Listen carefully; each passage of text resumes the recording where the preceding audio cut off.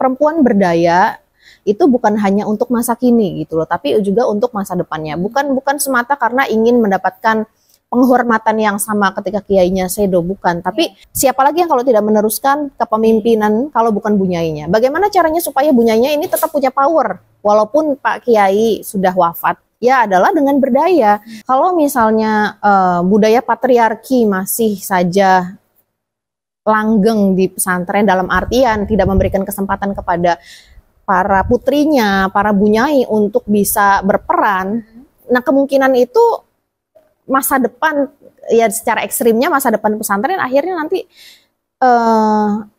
tidak ada yang meneruskan. Kalau kita tadi berbicara soal yang wafat kiainya, ya kita tidak tahu umur lah kita kalau mau ngomong ke situ pasti akan lama, akan panjang. Tapi ini kan konteksnya tadi seperti itu ya pertanyaannya. Ketika itu adalah beban diskriminasi ganda. Ini juga adalah salah satu yang pernah saya tanyakan kepada Habib Hussein waktu itu ketika di acara Pendak Pondok. Bagaimana perempuan itu menghadapi isu tersebut, double burden atau beban ganda atau diskriminasi ganda. Kita sebagai perempuan saja kadang-kadang mengalami diskriminasi ganda. Saya berharap akan lebih banyak representasi perempuan pesantren yang berada di depan kamera, menjadi garda terdepan dan bisa memberikan lebih banyak manfaat kepada orang-orang di sekitar kita.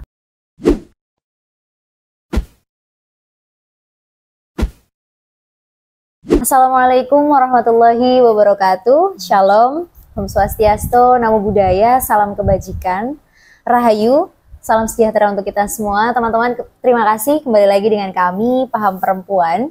Paham Perempuan kali ini melakukan Serawung Podcast kembali, dan Serawung Podcast kali ini kita katakan khusus kita lakukan karena Serawung Podcast kali ini berada di wilayah Cirebon Timur, yakni di Buntet Pesantren dan FYI nggak sih?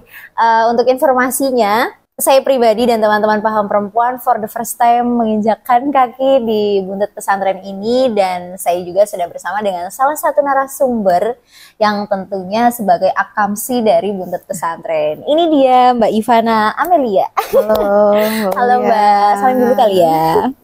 Akhirnya kita ketemu lagi. Selamat terima kasih ya Mbak Ivana di Buntet Pesantren. Terima kasih udah jauh-jauh mau kesini. Terima kasih Mbak Ivana sebelumnya sudah meluangkan waktu untuk bertatap muka dan shoot dengan kami gitu ya di Serawung Podcast Paham Perempuan. Semoga bisa melanjutkan kolaborasi selanjutnya, nggak cuma di sini. Amin.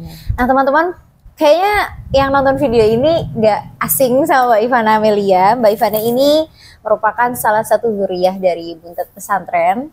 Nggak usah aku kenalin semendetail apa, tapi beliau adalah salah satu zuriyah Buntet Pesantren yang memang sangat menggiati isu namanya woman and pesantren isu gitu. Jadi sama halnya beriringan dengan Paham Perempuan yang mana concern di isu gender atau keperempuanan, dan Mbak Ivana ini merupakan salah satu perempuan yang juga memang berkecimpung atau tertarik di isu perempuan di lingkungan pesantren seperti itu.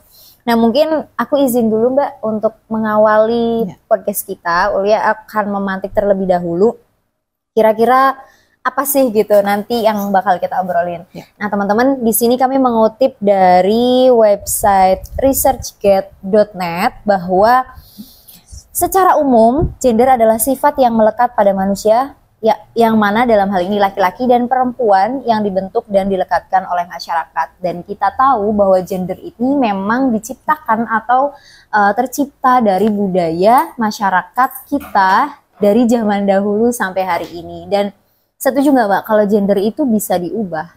Gitu. Sangat setuju. Sangat setuju. Karena gender berbeda dengan seks. Betul. Gitu. Nah untuk teman-teman yang nonton video ini atau nonton konten ini, pastikan sudah selesai perbedaan dari seks dan gender itu sendiri. Nah kalau kita ngomong-ngomong ini Mbak ya, di awal-awal kemarin dan ya sepanjang tahun 2024 gitu ya, banyak banget kasus-kasus kekerasan seksual, pelecehan seksual dan bentuk-bentuk penindasan kepada perempuan. Ini juga sebagai salah satu bentuk dan ajang kolaborasi atau realisasi gitu teman-teman, bahwa ngomongin gender itu tidak hanya di masyarakat umum saja, melainkan juga di lingkungan pesantren.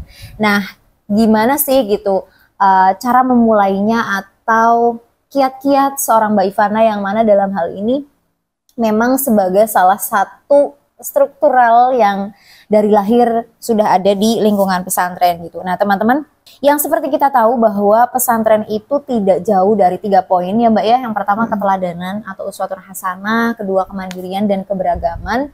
Jadi apa ya, hal-hal yang saya kira konteksnya atau obrolan gender ini juga menjadi salah satu PR berat dan PR penting untuk teman-teman santri dan pesantren itu sendiri ya. Mungkin itu pemantik dari awal dari kami Mbak Ivana. Ya.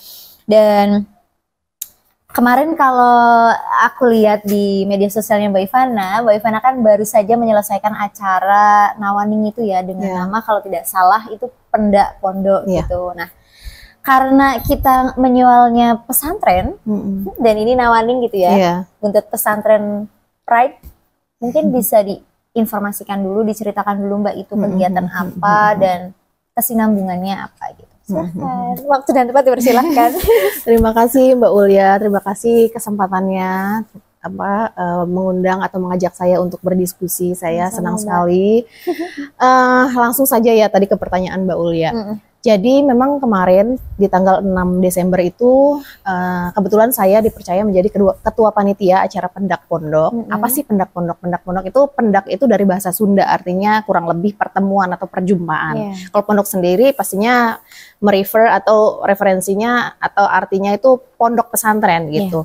Nah, penyelenggaranya ini sendiri itu anggota dari Nawaning Nusantara Jawa Barat. Nah, saya sedikit cerita agak panjang nih ya Mbak. Boleh. Jadi RMI Jawa Timur itu punya komunitas itu namanya Ibu Nyai Nusantara. Terus Ibu Nyai Nusantara itu punya anak katakanlah gitu ya, Nawaning Nusantara. Ini kalau agak ada salah sedikit bisa dikoreksi mungkin ya, bisa di kolom komentar gitu. Nah, Nawaning Nusantara itu ada koordinator pusatnya. Nah, itu lahirnya memang di Jawa Timur. Nah, di Indonesia sendiri tiap wilayah atau mungkin provinsi lah itu ada koordinator wilayahnya. Misalnya Nawaning Nusantara Jawa Barat, Nawaning Nusantara Jawa Tengah dan sebagainya. Nah, pada saat itu kebetulan saya dan teman-teman salah satunya adalah koordinator wilayahnya itu Mbak Najha Barnamij itu menginisiasi untuk mengadakan acara semacam prahalakoh gitu ya, mungkin karena nanti tanggal 11 Desember itu Nawaning Nusantara akan mengadakan halakoh nasional yang dimana diselenggarakan 2 tahun sekali di Surabaya. 11 Desember? 11 Januari maaf. 11 Januari. Saya tadi 11 Desember ya, saking groginya ini ngobrol sama Mbak Ulya. 11 Januari. Iya, 11 Januari. Terus saya dan teman-teman itu berinisiasi untuk bagaimana kalau Nawaning Nusantara Jawa Barat untuk mengukuhkan solidaritas kita yang khususnya di lingkungan Jawa Barat itu mengadakan acara. Tadinya mau acaranya simple atau sederhana aja, silaturahim gitu kan.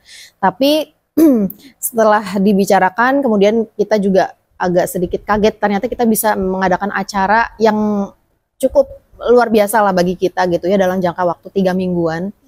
Dengan mengundang beberapa narasumber yaitu Habib Hussein dan juga Bapak Direktur Basnang itu dari Kementerian Agama. Nah, sebetulnya acara tersebut sendiri itu dimaksudkan untuk pastinya ajang silaturahim yang pertama karena kebetulan memang ini acara yang perdana kita lakukan untuk bersilaturahim antar dzurriyyah khususnya putri pondok pesantren. Nah, Nawaning Nusantara Jawa Barat dan ada juga JP3M sama juga komunitas, tapi itu lahirnya di Jawa Tengah. Itu Jam'iyah Perempuan Pengasuh Pondok dan Mubalighoh.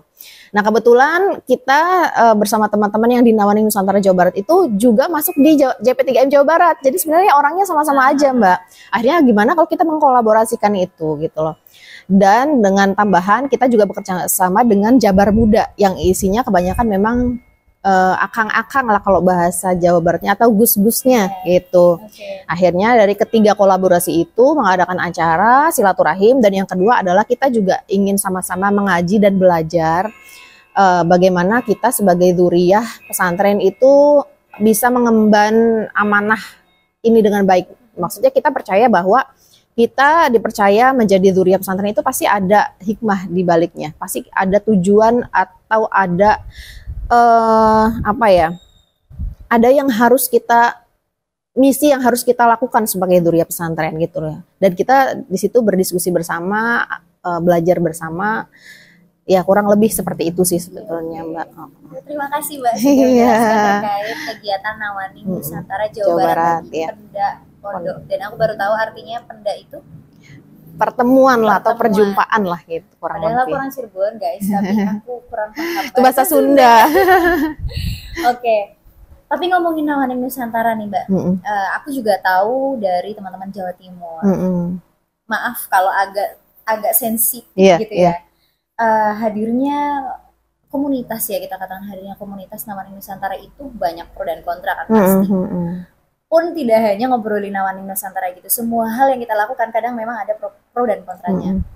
Cuman kita fokus di komunitas Nawaning Nusantara ada itu banyak sekali Mbak, teman-teman yang kita katakan mereka juga Nawaning, mereka juga ada juga sebagian yang memang tidak Nawaning gitu ya, tidak ning lah katakan gitu. Nah, teman-teman yang tidak ning ini banyak yang mengatakan bahwa Nawaning Nusantara itu adalah suatu tempat yang mengeksklusifkan ragam dari Dhurriya Nawaning itu sendiri. Nah, menurut Mbak Ivana nih gimana gitu? Karena buktinya itu pernyataan-pernyataan yang dilayangkan seperti itu juga banyak loh yang beliau itu sebenarnya juga ning Mbak, tapi mereka tidak mau join. Menurut Mbak Ivana gimana? Ya, label eksklusivitas ini sebenarnya bukan kali pertama saya dengar dari Mbak Ulya ya, gitu. Tetap masuk ke telinga lah gitu ya. Ada aja.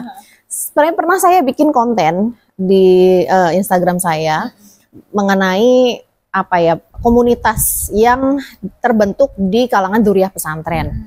Saya membahas juga apakah ini eksklusivitas atau tidak. Sekarang gini, kalau di dalam konten saya itu, kalau seorang filsuf mengatakan itu ada istilah yang namanya zoon politikon, bahwa manusia itu pada dasarnya itu senang berkelompok, senang bersama atau satu kelompok dengan yang satu memiliki kesamaan dengan dirinya. Sekarang gini, komunitas, apalagi komunitas yang Mbak tahu, misalnya komunitas fans sepak bola, komunitas guru misalnya se-Indonesia, apalagi komunitas pecinta K-pop misalnya gitu, atau komunitas apalagi organisasi lah, Fatayat atau Ansor atau apapun di luar NU, apapun lah komunitas. Apa bedanya dengan komunitas Nawaning Nusantara? Kenapa Nawaning Nusantara di branding atau di labeli sebagai komunitas yang eksklusif? Padahal kita atau komunitas tersebut sama aja dengan komunitas yang lain. Kita hanya memiliki kesamaan kesamaan kesamaan latar belakang Dhurriya, kesamaan dan dari kesamaan latar belakang itu pasti akhirnya muncul kesamaan visi dan misi. Sekarang gini, kita kalau tidak didasari dengan tanggung jawab yang besar bahwa Dhurriya Pesantren itu seharusnya sudah mengemban amanah, kita memiliki tugas, bukan hanya mendapat predikat ning. Kalau tidak berangkat dari situ mungkin kita tidak butuh adanya komunitas. Justru dengan adanya komunitas kita percaya bahwa predikat ning ini bukan hanya disematkan begitu saja, tapi kita percaya bahwa kita harus punya wadah untuk belajar. Dan kita belajar supaya satu visi, misi, satu frekuensi, pastinya kita berkumpul dengan yang satu latar belakang. Iya, kayak misalnya kita mau nonton bola dengan fans tertentu. Kita nggak mungkin dong joinan dengan fans klub lain, akan nggak nyambung. Nggak nyambung lah gitu. Maksudnya nggak, dukungannya juga bakalan beda. Sesimpel itu sebenarnya. Kenapa predikat atau label eksklusivitas itu disematkan kepada komunitas Nawaning Nusantara, sedangkan komunitas itu banyak banget, atau komunitas santri, kalau di Instagram ada duta santri ya, komunitas santri se-Indonesia, nggak ada bedanya gitu loh. Bukan berarti ketika kita berkumpul itu kita eksklusif, tapi kita memang punya kesamaan latar belakang, visi misi, dan kita mau belajar bareng supaya kita sama-sama, ketika kita belajar bersama-sama itu kan kita memiliki, kita saling membantu, kita saling bertukar pikiran juga lebih enak. Itu sih sebetulnya. Ini aku sebagai mewakili rekonfirmasi aja ya. Untuk lanjutannya teman-teman misal masih kepo nih terkait Nawaning Nusantara, bisa langsung mampir di kolom komentar atau mampir di akun media sosial Instagramnya Mbak Ivana. Mangga. Selanjutnya Mbak, kan ini terkait Women and Pesantren Isu. Jadi paham perempuan sendiri selalu menggadang-gadangkan atau mensosialisasikan gitu bahwa perempuan itu setara dengan laki-laki gitu. Kesetaraan yang ya kita sama-sama manusia ya Mbak ya, dan buktinya sampai hari ini pun perempuan sudah menduduki di lini kehidupan manapun, politik, budaya, sosial dan lain sebagainya gitu. Cuman kembali lagi banyak yang mengklaim gitu ya, mengklaim atau memberikan pernyataan bahwa pesantren itu adalah salah satu tempat yang kita katakan berbeda gitu. Di luar pesantren itu adalah lembaga pendidikan, lembaga sosial dan lain sebagainya. Tetapi kayak punya PR tersendiri gitu loh Mbak. Kalau Mbak kan tadi bilang bahwa Nawaning itu adalah kumpulan manusia-manusia juga, tapi memang sama aja gitu latar belakangnya dari kata tadi, kuliah dan lain sebagainya. Pesantren itu tuh adalah salah satu tempat yang kadang orang awam tuh antipati gitu terhadap pesantren. Nah, banyak juga akhirnya memberikan stigma gitu bahwa ketika di salah satu pesantren yang biasanya, aku tidak memukul rata ya Mbak ya, biasanya pengasuhnya itu laki-laki yang kita sebut kiai, ketika kiainya sedo atau meninggal gitu kan. Nah, seorang bunyai itu seolah-olah tidak memiliki power di dalam lingkungan pesantren itu. Nah, Mbak Ivana sebagai Duria, sebagai yang saat ini juga masih standby di lingkungan, gimana Mbak menurut Mbak tentang berdayanya perempuan di pesantren? Soal apa ya, statement Mbak Ulia tadi soal bahwa kadang-kadang ibu nyai ketika ditinggal sedo pak kiainya itu jadi powerless, itu sebenarnya memang ada fenomena seperti itu gitu ya. Justru menurut saya ketika salah satunya kayak tadi Nawaning atau nggak mesti di dalam komunitas lah gitu loh. Pokoknya Duria pesantren perempuan yang memberdayakan dirinya masa kini itu sebetulnya jangka panjang itu akan mengatasi permasalahan tersebut, bahwa perempuan berdaya itu bukan hanya untuk masa kini gitu loh, tapi juga untuk masa depannya. Bukan semata karena ingin mendapatkan penghormatan yang sama ketika kiainya sedo, bukan. Tapi dalam arti ini juga akhirnya kan mengemban misi dan visi, kemudian tujuan atau tugas kiai setelah meninggal itu kan setelah wafat ibu nyai harus mengambil peran. Kalau tidak akhirnya katakanlah ya mungkin kalau punya putra atau menantu, putri itu pasti mungkin bisa diteruskan. Tapi kalau misalnya fakta di lapangan misalnya mohon maaf misal belum punya putra, siapa lagi yang kalau tidak meneruskan kepemimpinan kalau bukan bunyainya? Bagaimana caranya supaya bunyainya ini tetap punya power walaupun Pak Kiai sudah wafat? Ya adalah dengan berdaya. Dan pemberdayaan itu tidak bisa dilakukan setahun 2 tahun untuk mempersiapkan. Oke lah, mungkin bisa diusahakan, tapi artinya bukan dalam waktu yang singkat gitu loh. Harus dipikirkan jauh-jauh hari bagaimana Bu Nyai juga mengerti tentang pesantren, tentang bukan hanya bisa mengaji tapi juga bagaimana memanage pondok pesantren. Yang pertama itu kesadaran dari dzurriyyah putri pondok pesantren Nawaning, Bu Nyai ataupun yang masih pokoknya dzurriyyah putri. Yang kedua itu adalah peran dari laki-lakinya sendiri di pesantren gitu loh. Kalau misalnya budaya patriarki masih saja langgeng di pesantren dalam artian tidak memberikan kesempatan kepada para putrinya, para bunyai untuk bisa berperan, nah kemungkinan itu masa depan ya secara ekstrimnya masa depan pesantren akhirnya nanti tidak ada yang meneruskan. Kalau kita tadi berbicara soal yang wafat kiainya, ya kita tidak tahu umur lah kita kalau mau ngomong ke situ pasti akan lama, akan panjang. Tapi ini kan konteksnya tadi seperti itu ya pertanyaannya. Jadi harus kedua belah pihak Mbak Ulia gitu. Dari perempuan yang memang harus berdaya semenjak lahir ibaratnya, semenjak dia menyadari bahwa kedudukan atau adanya dia di pesantren itu adalah sebuah tanggung jawab. Yang kedua adalah dari pihak laki-laki, Pak Kiai, Pak Ustadznya menyadari memberi kesempatan kepada para bunyai, para calon bunyai untuk bisa berperan gitu supaya pesantren itu sama-sama diemban bersama tanggung jawabnya. Jadi mungkin ini kali ya, bukan menyimpulkan tapi lebih ke ngebold gitu ya teman-teman. Mungkin pernyataan dari Mbak Ivana itu adalah kesadaran dari seorang perempuan itu semenjak lahir ya. Iya. Kesadaran bahwa kita itu sebagai perempuan yang harus berdaya gitu. Karena berdayanya tidak hanya hari ini tapi juga untuk nanti, besok dan yang akan datang. Iya, Itu teman-teman kira-kira. Agak cukup sepaneng sedikit. Ini Mbak, aku lihat-lihat kan di konten Mbak juga di media sosial di Instagram itu juga memang benar-benar memberitahu kepada halayak bahwa pesantren adalah gitu kan, pesantren beriringan dengan santri, pesantren beriringan dengan adanya bunyai, kiai, dan akhirnya turun Ning dan Gustadi. Bisa diinfoin juga nggak Mbak? Maksudnya lebih jelas terkait santri dan pesantren dan akhirnya ada HSN gitu kan, itu gimana Mbak? Iya. Mungkin lebih ke sejarah begitu ya gitu. Kalau dari sejarahnya sendiri, dulu itu sejak datangnya Islam gitu kan, sejak datangnya Islam itu kan ada juga salah satunya itu pada zaman Wali Songo. Kita tahu kan Wali Songo adalah tokoh-tokoh yang berperan dalam penyebaran Islam di Jawa khususnya. Nah, kurang lebih sama dengan masa periode itu banyak juga para kiai-kiai yang memang memiliki kesadaran tinggi bahwa beliau-beliau ini memiliki tanggung jawab untuk menyebarkan agama gitu loh. Biar dulu itu para kiai itu mendatangi satu-satu daerah-daerah, jadi datang ke daerah tertentu menyelesaikan permasalahan umat. Babat alas. Terus ketika di sebuah masyarakat itu sudah teratasi, pindah begitu polanya.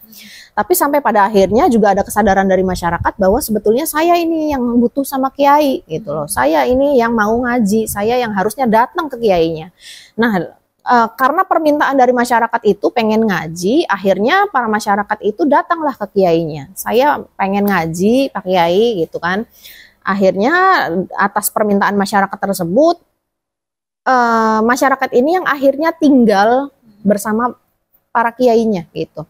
Nah, ini sebenarnya saling berkaitan ya gitu. Nanti kaitannya dengan juga misalnya kenapa kenapa para santri banyak yang kayak ngeladenin kiainya. Itu salah satu sejarahnya adalah kalau dulu masyarakat dulu itu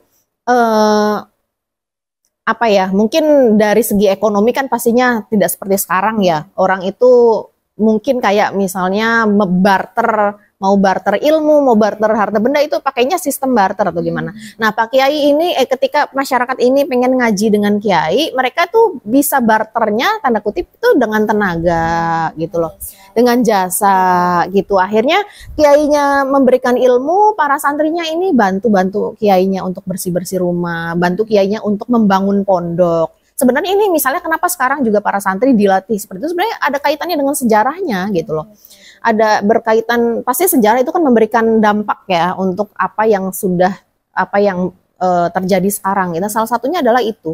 Kenapa santri juga akhirnya meladeni kiainya, walaupun semakin kesini pasti maknanya semakin berkembang. Walaupun para santri misalnya sudah punya biaya untuk membayar tanda kutip uang pondok, tetapi budaya itu masih terus berlangsung gitu loh. Nah terus pada akhirnya karena pesantren ini lahirnya itu di Jawa, di Madura, akhirnya budaya, tradisi yang ada di pesantren itu sedikit banyak terpengaruh dengan budaya Jawa. Ya salah satunya pernah juga saya bahas di konten Instagram saya, itu adalah kenapa misalnya santri itu banyak unggah-ungguh dengan sikap tubuh yang kayak menunduk, berjalan setengah membungkuk. Nah sebenarnya saya berharap banget konten itu akan dibaca oleh orang di luar pesantren, karena supaya tidak menjadi stigma buruk terhadap pesantren, karena itu ada penjelasan logisnya, bukan apalagi sampai jauh ada gitu. Iya, bahkan yang jahatnya menurut saya jahat itu adalah komentar-komentar yang mengatakan bahwa ini kaitannya sama feodalisme segala macam. Itu primordialisme. Nah itu ya, saya berharap konten itu bisa tersampaikan dan mudah-mudahan bisa dicerna dengan baik gitu loh. Kurang lebih seperti itulah kalau tentang pesantren.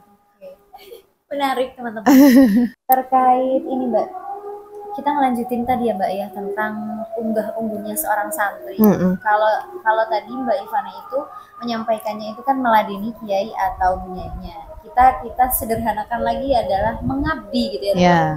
Tapi dalam hal ini santri itu nggak yang seumur hidup mengabdinya gitu ya. Kalau belum pantas dan bertemu dengan jodohnya ya akhirnya ya sudah kita dikatakan boyong. Gitu kan. Jadi untuk teman-teman yang mungkin di luar orang, maksudnya tidak atau belum merasakan di dunia pesantren, orang yang ngeladenin atau ngabdi ke gurunya atau kiainya itu nggak seumur hidup ya teman-teman. Iya. Kalau memang sudah bertemu dengan jodohnya, mereka juga goyong dan ya meninggalkan gitu, dan akan dilanjutkan oleh santri baru atau santri yang masih bisa untuk mengabdi tadi gitu. Nah, tapi Mbak Ivana ini nggak sih mengiyakan nggak sih tadi ya, ada kita omonginnya apa nih, nyambungin ke primordialisme sama apa tadi, feodal gitu. Tapi menurut Mbak Ivana gitu, hari ini santri itu harus tetap seperti itu unggah-ungguhnya, atau ya sudah biasa aja Mbak gitu. Tapi kita punya batasan terhadap unggah-ungguh kepada yang lebih tua, apalagi kepada gurunya gitu. Menurut Mbak Ivana gimana? Kalau menurut saya gini, mungkin ada yang menganggap bahwa jawaban ini saya subjektif gitu ya, karena dianggap saya dari pesantren gitu kan. Tapi saya berusaha untuk seobjektif mungkin. Kalau saya menyarankan bahwa tradisi itu kalau bisa dilestarikan. Kenapa? Karena ini sebenarnya cerminan bukan hanya budaya keislaman, tapi budaya ketimuran Indonesia. Sama juga yang pernah saya sampaikan di reels Instagram saya. Orang-orang merasa ini tuh budaya ini aneh, budaya ini berlebihan, budaya ini asing, dan yang ngomong tuh orang Indonesianya. Sudah sebegitu terasingnya kah orang Indonesia dengan budaya ketimuran? Itu tuh budaya Jawa loh. Kalau misalnya mau ngomongin akar dari budaya itu bukan budaya pesantren, mau lebih dilihat dari sejarahnya itu budaya Jawa. Kamu mungkin yang komentar ada juga yang orang Jawa. Kamu berarti ngomentarin budaya kamu sendiri. Kamu apa sudah segitu kebarat-baratannya gitu loh, sampai kamu terasing dengan budaya timur gitu loh. Iya kan? Yang komen itu orang Indonesia loh, mengomentari budaya Indonesia, berarti udah saking terasingnya dengan budaya itu. Nah, kalau misalnya sekarang harusnya ya berterima kasih loh dengan budaya ini yang masih langgeng, meskipun hanya mungkin bisa dikatakan cuma di pesantren yang masih menerapkan itu. Dan orang-orang akhirnya itu bilangnya budaya itu dari pesantren gitu kan. Iya, ya kan, padahal itu budaya Jawa. Nah, sekarang kalau misalnya ada berita-berita siswa yang kurang ajar sama gurunya, bahkan sampai menganiaya, bahkan sampai iya, ya kan, terus melaporkan ke hukum. Kalau udah ada kasusnya seperti itu gimana? Lebih mending mana? Sekarang katakan, kalau mau sama-sama ngomongin dua-duanya ekstrim, katakanlah kalau kamu berpendapat dua-duanya ekstrim. Kalau mau tengah-tengah, kita juga enaknya tengah-tengah. Kalau katakan hanya tinggal dua pilihan yang ekstrim, mau mending siswanya itu tidak punya rasa hormat sama sekali, bahkan bukan tidak punya rasa hormat, malah sudah kurang ajar gitu ya sama gurunya, atau para murid yang memiliki unggah-ungguh gitu loh, mending mana coba kalau ditanya gitu. Kalau mau tengah-tengah ya iya, pasti kita mau yang idealisme yang sama-sama. Tapi kalau mau sama-sama dianggap dua-duanya ekstrim mana yang kamu pilih kan gitu. Itu malah menurut saya ya harus dilestarikan gitu, bukan hanya karena saya adalah dzurriyyah pesantren. Karena gini, meskipun saya dzurriyyah pesantren, sekarang saya mungkin sudah menikah lah di rumah. Katakanlah sekarang contohnya adik-adik sepupu saya, atau mungkin nanti anak-anak saya ketika mondok. Di sini posisinya memang dzurriyyah pesantren yang biasa mungkin mendapat penghormatan, dan itu bukan diminta ya, tapi memang kadang-kadang memang santrinya sendiri sudah menyadari bahwa itu adalah salah satu cara untuk menghormati gurunya. Terus pesantren, posisinya di sana santri pasti akan unggah-ungguh juga sama kiainya. Bukan berarti ini tuh mengglorifikasi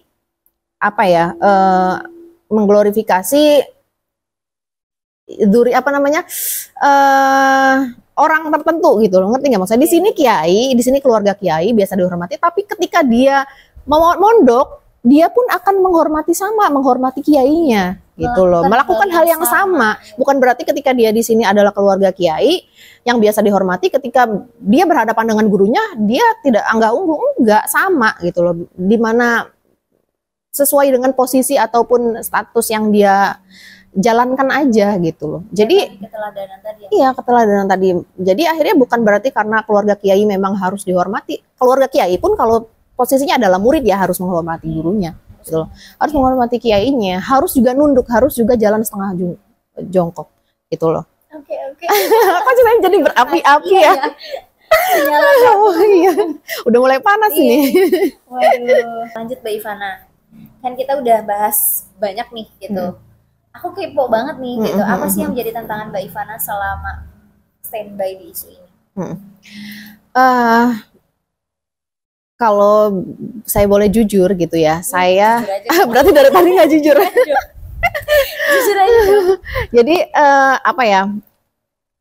Saya kalau concern mungkin maksudnya ada di balik layar pastinya sudah nggak perlu diceritakan sejak kapan lah gitu. Tapi dalam arti di depan layar ketika saya memutuskan untuk memang membuat konten yang terkait dengan isu pesantren itu belum lama. Sebenarnya itu juga menjadi dilema karena saya menganggap bahwa selain dilema, maksudnya mungkin perkembangan zaman juga gitu ya, bahwa sekarang itu media sosial kan harus kita manfaatkan dengan sebaik-baiknya gitu.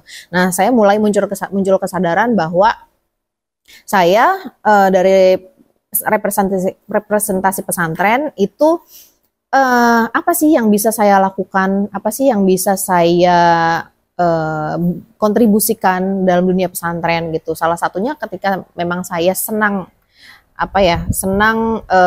fokus di sosial media, kenapa saya tidak menjadikan itu sebagai salah satu cara berdakwah. Berdakwah ini kan konteksnya luas ya, maksudnya konteks berdakwah juga saya percaya bahwa meskipun di dunia pesantren itu tidak hanya kaitannya dengan ilmu agama, karena sekarang sudah banyak sekali kan yang memberikan konten-konten dakwah, tapi saya percaya bahwa pesantren juga harus dipandang dari sudut pandang sosial budaya, biar bisa dipahami lebih banyak kalangan. Salah satu tantangannya adalah ketika memang kita kadang-kadang memang bukan hanya dari pesantren aja, mungkin semua konten kreator juga pasti memiliki tantangan yang sama, bahwa kita siap dikritik, kita siap kita siap mungkin dicaci maki tanda kutip. Siap dibombardir. Nah, siap dibombardir. Yang pertama itu. Yang kedua adalah bahwa kadang-kadang sosok yang dari pesantren itu di-image-kan sebagai figur ideal, figur agamis yang ideal. Yang paling solid dan Nah, iya. gitu ya. Nah, itu dia. Apalagi kita perempuan. Kenapa? Kalau ada teorinya Crenshaw itu ada namanya interseksionalitas. Itu adalah beban diskriminasi ganda. Ini juga adalah salah satu yang pernah saya tanyakan kepada Habib Hussein waktu itu ketika di acara pendak pondok. Bagaimana perempuan itu menghadapi isu tersebut, double burden atau beban ganda atau diskriminasi ganda. Kita sebagai perempuan saja kadang-kadang mengalami diskriminasi ganda. Betul. Ditambah dari pesantren. Kenapa ada diskriminasi dari pesantren? Maksudnya kayak misalnya contoh, perempuan seharusnya jangan kelihatan wajahnya, kan ada tuh yang mungkin yang percaya bahwa wajah itu harusnya tidak ditampakkan misalnya gitu, atau misalnya tidak sengaja kelihatan rambutnya sedikit gitu kan, kok dari pesantren pakai hijab. Ya, berarti udah nggak beban ganda, Mbak. Triple gitu kan. Nah itu kan. Iya. Itu beban ganda sebagai perempuan dari pesantren itu lebih menurut saya lebih besar gitu loh, karena selalu figurnya itu digambarkan sebagai sosok ideal yang harus agamis mungkin tidak ada celah, dan harus sepaham itu dengan agama, dan ya tapi padahal namanya manusia itu kan pasti ada khilaf, ada kesalahan, ada kekurangan. Itu sih kayaknya tantangannya kalau di sosial media seperti itu ya. Jadi kadang aku heran juga sih, Mbak. Maksudnya orang-orang kadang nggak mau gitu, misal dipanggil nyaning atau orang Sunda kan beda lagi ya, bukan nih nyai kayak gitu kan, atau apa ya, nyimas kok nyai, nyimas, terus ya panggilan-panggilan atau istilah-istilah seperti itu. Tapi ada juga yang dia tuh pengen banget gitu disebut itu. Oh iya, kan? ada. Oh iya. Banyak juga loh, Mbak. Coba sebut siapa? Nanti disensor. Maksudnya aku suka heran sama orang-orang yang mereka butuh validasi atau pengen diakoni gitu kan, bahwa aku ini adalah gitu. Lucu juga gitu. Padahal kan yang dihormati, yang disegani, dan yang memiliki segudang kelebihan itu bukan dirinya secara pribadi gitu, tapi misal simbahnya atau orang tuanya gitu. Jadi agak heran juga. Dan mungkin ini kali ya agak disclaimer juga teman-teman, bahwa setiap perempuan ataupun laki-laki atau Ning dan Gus tadi jangan pernah memiliki stigmatisasi atau ngejudge bahwa seorang Ning itu tadi eksklusif. Ya mungkin masih banyak teman-teman yang agak ganjel gitu kayak ya masih tetap eksklusif nih gitu kan Mbak, karena ya itu tadi misal kalau Mbak mengilustrasikan bahwa Nawaning ini sama kok dengan komunitas-komunitas yang lain, tapi pasti ada kelanjutannya gitu ya. Silakan teman-teman mampir di kolom komentar kami, kami akan sangat terbuka dan barangkali mau langsung nanya ke Mbak Ivana bisa mampir di media sosialnya di Instagramnya gitu. Tadi nyampe apa Mbak? Oh iya, ada orang yang dia mengeluk-elukkan dirinya ingin dipanggil Ning, katakan gitu kan. Padahal Ning itu berat ya Mbak gitu. Kalau Mbak Ivana bilang perempuan selalu terpinggirkan, selalu memiliki beban ganda, marginalisasi, stigmatisasi, subordinasi dan lain sebagainya, itu mungkin secara umum gitu. Tapi ketika kita ngomongin perempuan dan pesantren, triple ganda men gitu.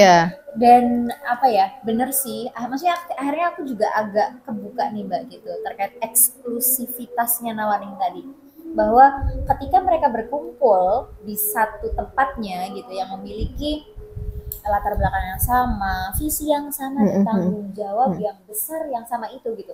Ketika mereka ngobrolin kan akhirnya nyambung nih gitu kan. Dan bebannya memang berat sekali dan benar yang dikatakan Mbak Ivana kayak perempuan pesantren gitu kayak kerudungan gini aja nih salah kok nggak nutup dada misalnya gitu. Aku terus kayak misal nggak pakai dalaman kerudung jadi rambutnya kelihatan banyak atau misal kekinian kok mbaknya dari pesantren on make up banget maksudnya stigma-stigma yang seperti itu tuh memang akhirnya juga jadi meminggirkan kami sebagai perempuan ya, walaupun kalau aku sih nggak standby di lingkungan pesantren gitu ya, tapi real itu Mbak kayak anak pesantren itu harusnya pakai sarung terus, pakai gamis terus gitu, ternyata berat guys. Oke, di penghujung mungkin aku mau nanya satu lagi Mbak, karena 2024 ya kasus berita real yang kita tahu di media sosial deh khususnya gitu, banyak sekali kekerasan dan pelecehan seksual yang terjadi. Tetapi pesantren selalu memiliki kekhasan tersendiri bahwa mereka itu dengan 3 poin pesantren tadi, keteladanan atau uswatun hasanah, kemandirian dan keberagaman yang seharusnya seorang santri itu udah hatam gitu, hal-hal yang berbau berbeda dari dirinya sendiri gitu. Tapi masih ada bullying di pesantren, masih ada kekerasan atau pelecehan seksual di pesantren, sampai akhirnya ada santri bunuh diri atau santri dianiaya oleh seniornya gitu. Nah ini tuh selalu jadi gadang-gadang teman-teman Mbak, bahwa pesantren tuh punya kekerasan khas, bayangin bukan khas gitu efek ya bukan ya, tapi memiliki kayak disorot lebih punya kekhususan tersendiri gitu. Nah Mbak Ivana, mungkin Mbak Ivana juga sebagai salah satu pengasuh nggak sih? Yang ngurusi santri gitu lah ya, kita sebutnya gitu. Gimana nih Mbak gitu menumbangkan pernyataan ini gitu, gimana Mbak? Sebetulnya yang menurut saya lebih penting, bukan lebih penting, salah satu yang perlu disosialisasikan kepada masyarakat luas dari pihak pesantren itu adalah Pak, kalau soal kasus kekerasannya pasti itu udah nomor 1 lah gitu. Maksudnya bagaimana penyelesaiannya karena hukum, bagaimana menyelamatkan korbannya dan sebagainya, kita nggak bahas ke situ. Tapi yang kita sedang bahas adalah, yang kita sedang juga selamatkan adalah bahwa kejadian-kejadian yang sebetulnya dilakukan oleh oknum ini akhirnya mengeneralisir seluruh pesantren di Indonesia mendapatkan cap buruk. Iya, akhirnya kayak gitu. Padahal kadang-kadang orang-orang yang komen menyerang pesantren secara umum sebenarnya tahu kok ini oknum. Dan oknum yang namanya oknum dimanapun itu ada, di sisi kehidupan manapun. Katakan sekarang gini, bahkan istri Nabi pun ada yang zalim, bahkan anak Nabi pun ada yang musyrik, katakan gitu. Tapi apakah Nabi itu akhirnya mendapatkan label yang buruk?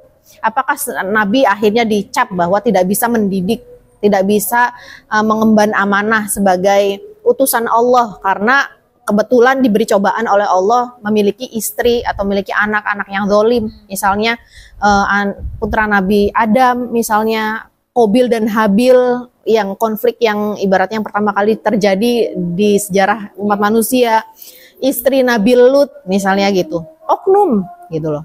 Orang yang komentar saya yakin juga tahu bahwa kejadian-kejadian seperti itu adalah oknum, dan ini tidak seharusnya mempengaruhi pendapat atau pandangan kita terhadap pesantren. Dan yang komentar yang sering saya dapatkan juga segini, saya sering kan juga ngelihat komentar-komentar netizen. Enggak, bukan di komentar saya, di postingan saya untungnya. Iya, dibaca. Kadang-kadang ada beberapa yang saya balas gitu karena geram gitu kan. Misalnya, saya jadi nggak mau deh mesantrenin anak karena sekarang pesantren udah jadi ladang kekerasan atau pelecehan. Sekarang gini, kalau kejadiannya di sekolah biasa, kamu mau bilang nggak? Saya nggak mau sekolahin anak saya. Ya enggak, itu kan apple to apple kan, itu hal yang bisa dibandingkan, itu logika atau analogi yang akhirnya kita bisa berpikir lebih jernih gitu loh. Kalau kejadiannya ada di sekolah, kejadiannya di pesantren, ini nggak ngomong pesantren A dan pesantren B dan spesifik, bukan, sekolah secara umum dan pesantren secara umum. Kalau kejadian di pesantren, si ibu itu komentar, saya nggak mau mesantrenin anak saya, bukan mesantrenin di pesantren A yang memang aja kejadiannya. Oke, kalau itu diterima, berarti kan ada alternatif mondokin di pesantren B gitu kan. Kalau ini sih saya nggak mau mesantrenin anak saya karena takut ada kekerasan. Sekarang kalau kejadiannya ada di sekolah kan banyak banget. Kalau misalnya mau hitung-hitungan matematis, kalau mau pakainya statistik, saya yakin di sekolah itu jauh lebih banyak karena jumlah sekolah pun lebih banyak daripada pesantren. Si ibu itu mau nggak komentar, saya nggak mau nyekolahin anak saya di sekolah umum. Saya nggak mau nyekolahin anak saya karena akan ada kekerasan, karena ada pelecehan. Kan gitu loh, dari analogi itu aja sebenarnya si ibu itu salah, udah mengeneralisir bahwa kesimpulan yang diambil untuk tidak mesantrenkan anak saya berdasarkan ada oknum-oknum yang melakukan kekerasan ataupun tindak pelecehan seksual, itu adalah kesimpulan yang salah gitu loh, kesimpulan yang salah. Yang benar adalah boleh dibenarkan kalau ibu itu bilang saya nggak mau mesantrenin di pesantren A yang memang misalnya ada kasusnya, boleh ya, karena memang akhirnya tidak ada kredibel kan pesantrennya gitu loh. Akhirnya saya mau mondokin misalnya di pesantren yang B yang memang sudah kredibilitasnya sudah terjamin, misalnya tidak ada kasus-kasus yang aneh-aneh misalnya gitu. Nah itu kadang-kadang ada kecacatan berpikir gitu loh dari netizen ini, dan kadang-kadang nggak semuanya harus kita respon karena memang mereka itu komentarnya hanya nggak berdasarkan ilmu gitu loh. Asal aja. Jadi yang perlu diluruskan adalah logika berpikir masyarakat sebenarnya gitu loh.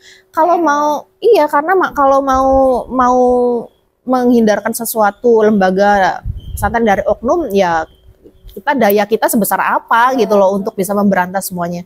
Ya pasti harus berbenah pasti, tapi untuk menjamin bahwa 100% tidak akan terjadi, apalagi kalau kekerasan sama santri, bullying itu kadang-kadang kan itu kan permasalahan konflik antar siswa yang kaitannya sebenarnya dengan personality mereka misalnya gitu kan. Dan ya tidak bisa digeneralisir, itu yang harus disosialisasikan gitu loh, begitulah lagi. Thank you Mbak. Sama-sama. Pesantrenan ini mungkin belum cukup teman-teman karena pesantren itu luas dan 24 SKS juga kayaknya cukup gitu. Jadi mungkin gini teman-teman, PR-nya kita adalah dulu ada pernyataan Mbak, mulutmu harimaumu. Kalau sekarang jarimu harimaumu gitu. Jadi untuk teman-teman semua, kan kita sudah mempersilahkan ya, silakan untuk mampir di kolom komentar, dan kolom komentar di media sosial hari ini platformnya banyak gitu. Jadi silahkan, boleh, dan kita juga jangan jadi orang yang ini ya Mbak, anti kritik gitu kan. Nanti kita jadi nggak berkembang dan kita nggak belajar dari kesalahan tadi. Padahal kita belajar dari kesalahan itu penting gitu. Tapi Mbak Ulia mau menambahkan ya, kalau tadi sebenarnya sudut pandang yang lebih luas gitu, tapi maksudnya saya juga tetap sebagai representasi pesantren, pastinya ini sebenarnya karena udah nomor 1 yang udah harus dibenahi gitu ya. Karena tadi saya langsung lompat ke bagaimana kita tidak seharusnya memandang pesantren seperti itu. Tapi juga pesantren juga harus berbenah diri.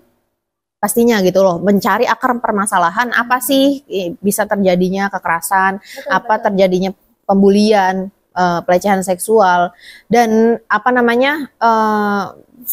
segala cara lah bisa diupayakan pastinya dari pesantren itu. Misalnya ada pendampingan psikologis terhadap para santrinya, kemudian mungkin kalau mau merekrut guru ustadz itu mungkin juga harus ada pengawasan yang lebih ketat, atau misalnya bagaimana mengorganisir tempat tinggal atau pondok santri itu supaya tidak terjadi hal-hal yang tidak diinginkan, misalnya kejahatan asusila antar santri atau kejahatan atau antar santrinya sendiri gitu loh.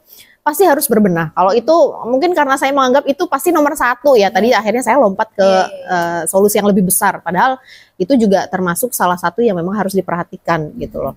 Jadi dari pihak pesantren, dari Ning, dari Gus yang mungkin yang muda-mudanya, yang lebih paham, yang lebih terbuka secara keilmuan, mungkin misalnya keilmuan yang harus diterapkan di pesantren juga bukan hanya keagamaan, tapi juga bagaimana keilmuan psikologis juga harus diterapkan, misalnya gitu.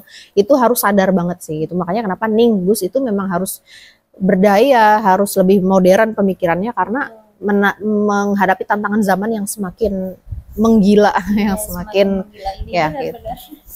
Dan tadi sih kalau bisa ya Mbak ya, kalau aku boleh ngasih saran maksudnya nggak cuma untuk ke pesantrennya Mbak Ivan aja gitu, untuk semua pesantren di Indonesia khususnya gitu. Jangan sampai kita tuh nunggu ada kasusnya dulu, baru kita bikin pencegahan-pencegahan yang tadi disolusikan konkret dari Mbak Ivana gitu.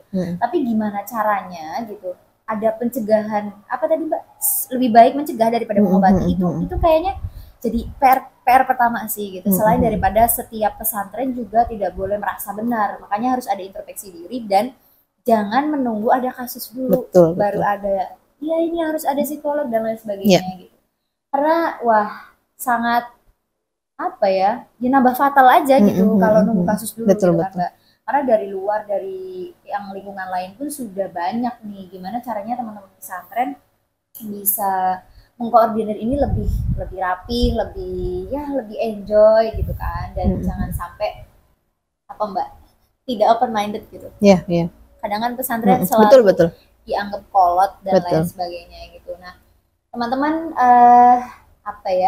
pastikan yang nonton Serawung Perdesali ini nontonnya dari awal sampai akhir, jangan terpotong-potong biar teman-teman nyambung dan paham apa yang kita maksudkan, apa yang Mbak Ivana sampaikan terkait perempuan dan pesantren, santri dan pesantren, kiai dan nyai dan semua tradisi secara maksudnya dari dulu hingga sekarang atau tradisi dan modernitas tadi. Semoga bisa bermanfaat dan sekali lagi terima kasih. Terima kasih sama-sama Mbak Ulia dan tim. Sampai di buntut. Semoga kolaborasi-kolaborasi yang seperti ini bisa dimasifkan ya Mbak. Amin. Bisa continue gitu. Barangkali nanti ada kolaborasi yang lain bisa kita realisasikan. Amin. Mohon maaf apabila ada kekurangan. Sama-sama.